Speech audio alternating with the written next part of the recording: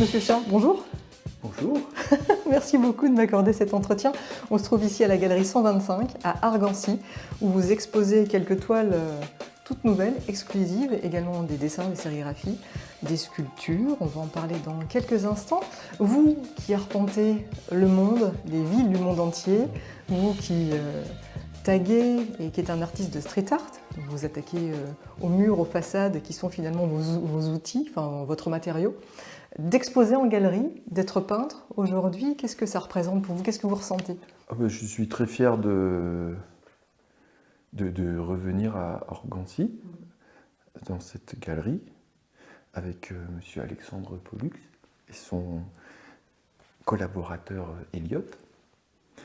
Et ben voilà, je suis très fier, très content de pouvoir un peu partir de Paris quelques jours et puis venir en Moselle. Quand vous peignez, est-ce que vous vous sentez aussi libre que lorsque vous êtes en extérieur, justement, à vous attaquer à une façade? Est-ce que l'approche, finalement, pour vous est la même et le plaisir est le même ou pas? Les tableaux, c'est plus petit, donc c'est plus minutieux, c'est plus intime, c'est pas plus facile. Oui. Mais le plaisir, il est toujours là, présent et aussi fort? Plaisir, c'est un travail, hein. Oui, aussi. J'en vis, donc le plaisir, il est modéré par le temps et par la quantité de peinture faite. Si, je suis content d'être ici. Oui. À l'image de votre chat qui a toujours le sourire. Oui, il a un beau sourire, il a des belles dents. C'est un très bon compagnon pour votre décoration intérieure, pour mettre un peu de joie dans vos salons. Parce qu'il y a votre nom, Monsieur Chat, et puis Monsieur Chat aussi, c'est cet emblème finalement, c'est votre compagnon de route depuis 1997. Déjà, est-ce que vous vous souvenez le premier jour où vous l'avez bombé? Oui. J'étais pas tout seul. J'avais fait ça avec des amis étudiants. Et par contre, je m'étais inspiré des Toulousaines qui peignent au pinceau. C'était tout simplement parce que dès qu'on sort un aérosol, une bombe, les gens se sentent un peu agressés. Ouais. Donc en fait, de sortir un pinceau, tout de suite, c'est plus sympathique. Et du coup, on peut créer un dialogue intergénérationnel. Et je pense qu'en France, on a bien besoin d'avoir comme ça des passages entre les générations, entre les anciens et les plus jeunes. Mais du jour où vous l'avez bombé pour la première fois, tout de suite vous l'avez adopté et vous avez eu envie de le faire voyager, de le décliner. En fait, tout de suite, il y a eu ce rapport très fort avec lui. C'est-à-dire que je viens d'une famille de peintres en bâtiment. Donc très jeune, mon grand-père du côté paternel me montrait ses réalisations je suis d'origine romande, donc en Suisse. Donc il était très fier de me montrer soit le clocher du village, soit tel bâtiment qu'il avait construit. Donc j'ai toujours eu l'habitude de me promener dans la ville ou dans la campagne en regardant les murs, en étant attaché à laisser son empreinte dans le paysage.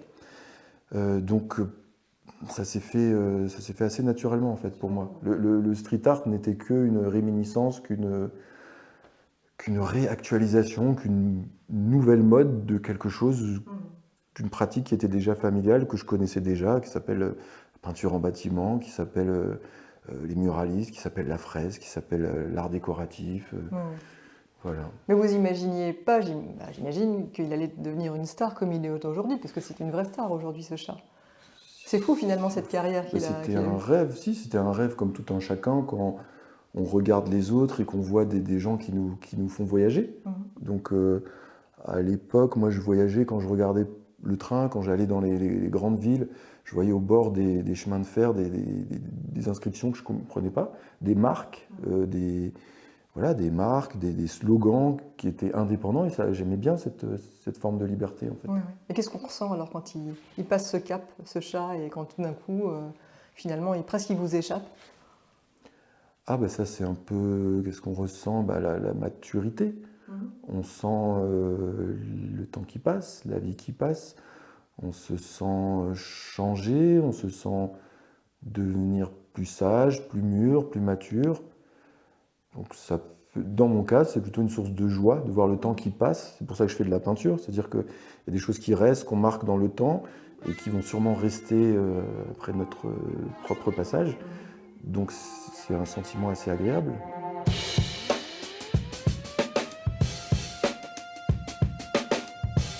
S'il pouvait parler, ce chat, qu'est-ce qu'il dirait aujourd'hui? Qu'est-ce qu'il dirait?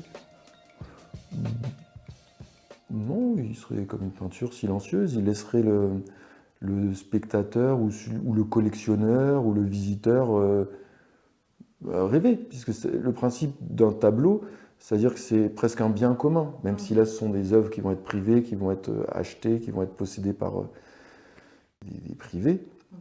Chacun peut émettre une idée. Ah, donc c'est à la fois c'est bien pour limiter les dérives de donner des indications, mais c'est bien aussi qu'il y ait une sorte de ce qu'on appelle le flou artistique, c'est-à-dire une sorte de marge de manœuvre où tout un chacun peut exprimer sa fantaisie, à tort ou à raison, ça c'est le temps qui le dit. Pour autant, il a quand même ce sourire dont on parlait tout à l'heure, qui est un petit peu espiègle, moqueur. Est-ce que c'est un chat engagé, le chat? Engagé, c'est un chat actif. Oui. C'est pas un chat militant, c'est un chat actif. C'est un activiste. Oui.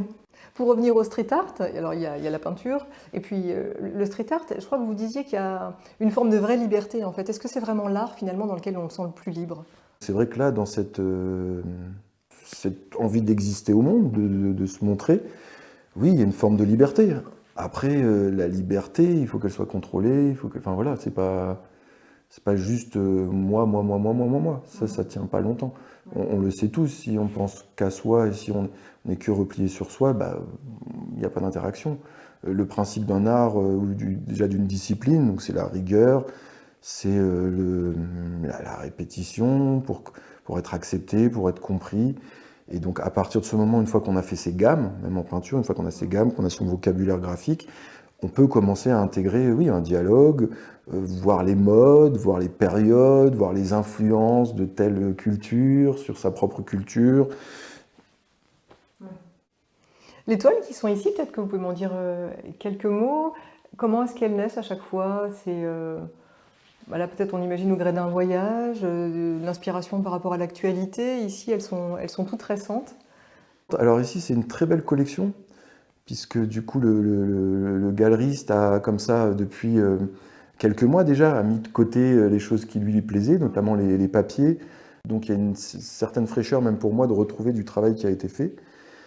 Donc vous avez la chance que Alexandre vienne régulièrement à Paris, donc il visite mon atelier, puis il fait son petit marché, tiens, hop, un peu de salade, un peu de tomates, un peu de choux, des asperges, en fonction des saisons, de ce qui pousse, quoi. Oui.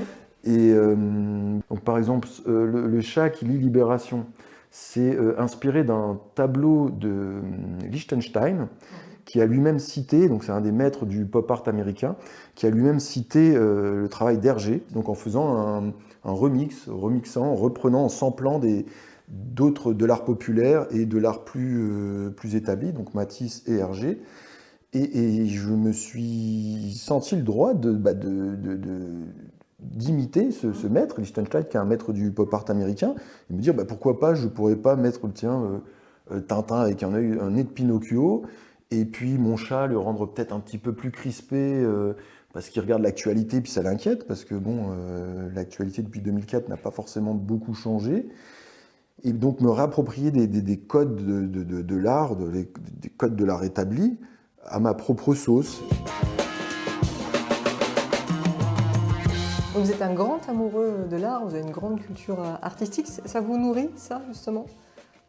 Toute cette histoire de l'art, et puis peut-être aussi d'ailleurs l'art au quotidien à travers d'autres artistes. La peinture me nourrit. Après, c'est un peu une croix, parce que vous parliez de plaisir à peindre, mais c'est comme un sport, c'est-à-dire qu'on a des maladies de travail. Quand on peint trop, on a des courbatures, on doit se concentrer, on est enfermé dans la toile. C'est pas que du plaisir, et tant mieux, sinon il y aurait tout un chacun pourrait peindre, donc ça demande un effort, ça demande une concentration. Et après, il y a une grande compétition, même si ce n'est pas de la compétition, une grande variété d'artistes. Donc comment, dans cette quantité de propositions artistiques, se démarquer, avancer. Et quand moi je réfléchis à pourquoi je peins, je me rappelle du coup de la mère de ma mère, qui était une fille d'épicière de la banlieue parisienne, et à qui les parents avaient interdit d'aller aux Beaux-Arts parce que c'était très mal vu. Et donc, c'était une artiste, comme on dit, contrariée. Elle n'a jamais pu faire ça. Et quand elle est arrivée à la retraite, qu'elle avait du temps libre, eh ben, elle avait le temps de revenir à ses premiers amours, de peindre. Elle peignait son jardin, elle peignait son temps libre, ses temps de loisirs. Donc des sujets tout à fait anodins. Mais j'imagine que petit, je la voyais, et puis c'était un moment presque sacré. Il ne fallait pas la déranger pendant... Donc je pense que c'est elle aussi qui a dû me transmettre cet amour de la peinture, où il y avait cette histoire de... Elle avait un plaisir à laisser une trace. Et c'est ce qu'on retrouve dans l'art, parce qu'on peut offrir un tableau, on peut se faire plaisir à soi, on peut faire plaisir à ses enfants qui vont grandir, sachant qu'il voilà, y a quelque chose d'assez... oui, il y a un peu de magie dans l'art.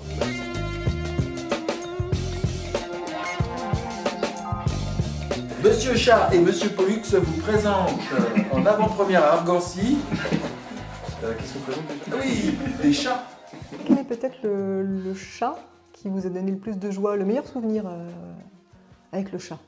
J'ai dépassé la notion du meilleur. C'est Fini. Chaque nouveau jour est un meilleur souvenir. Le fait d'être en vie, plusieurs fois, par exemple, quand j'ai peint sur le Centre d'art contemporain de Genève, j'ai failli me faire couper la tête. Donc je suis heureux d'être en vie, je suis heureux d'être là. Donc à un moment, quand on croise la vie, il y a aussi la mort. Quand on croise la mort, on est content d'être en vie. Et puis voilà, et on est content de pouvoir partager des sourires ou partager cette peinture. On est content de voir des marchands qui s'investissent, qui prennent du temps, qui laissent de la place. On est content de pouvoir rencontrer des gens qui vont peut-être avoir un point de vue totalement différent de mes intentions, mais il faut de la différence pour exister. Si on est tous pareils, si on est tous une sorte d'écho d'intelligence artificielle, qu'est-ce qui nous reste? Pour terminer, mais vous l'avez évoqué un peu, à quoi sert l'art? À quoi sert? C'est bien qu'il ne serve à rien. Que ce soit une pure fantaisie, que ce soit une pure vue de l'esprit. La fonction, si l'art avait une fonction, ça serait du design. Donc la peinture nous permet de nous projeter, de nous aiguiser. La peinture permet, surtout la peinture privée, parce que ça va finir dans des salons, c'est pas forcément des choses qui vont aller dans des collections. Donc ça permet déguiser le souvenir ou un sentiment qu'on va rencontrer dans un tableau ou pas, ou qu'on va nous offrir, qu'on ne comprend pas forcément. Ça permet de l'aiguiser dans le temps. Cette œuvre, on va la revoir tout le temps. Et une œuvre, je pense faire des œuvres pas trop mauvaises, une bonne œuvre d'art fait que justement avec le temps, comme un compagnon, comme une bonne compagnie, plus le temps passe et plus on se redécouvre au travers de cette œuvre. Merci beaucoup. On rappelle à tous les téléspectateurs qu'on peut donc découvrir votre travail ici à la galerie 125 à Argancy jusqu'au 11 juin. Et puis voilà. Ben oui. Merci. Tout va bien.